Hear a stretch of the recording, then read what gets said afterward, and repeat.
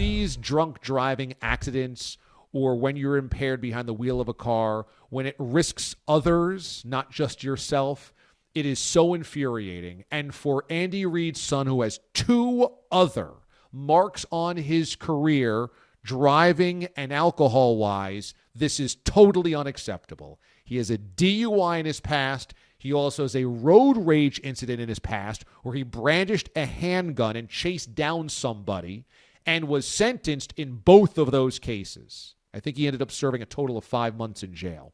But the guy has a history of this. He's employed by the Chiefs.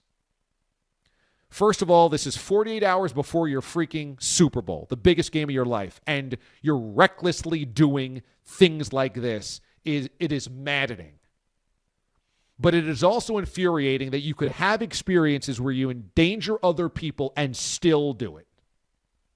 And for the Kansas City Chiefs, you can't run from this and you can't hide from this. This guy was your employee, and he did it apparently at your facility.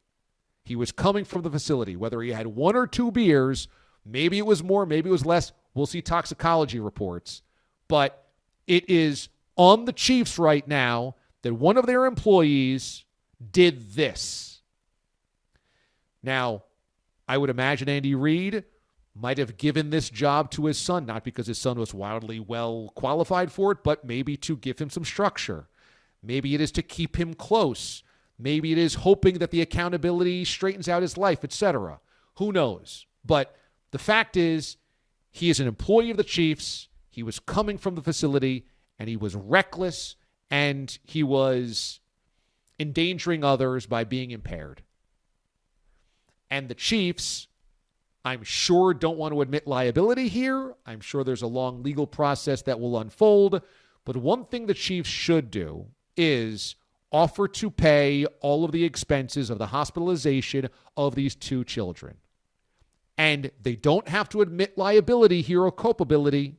They, I'm sure, can get this written into some type of legal memo, but that they should say, we're horrified by this accident.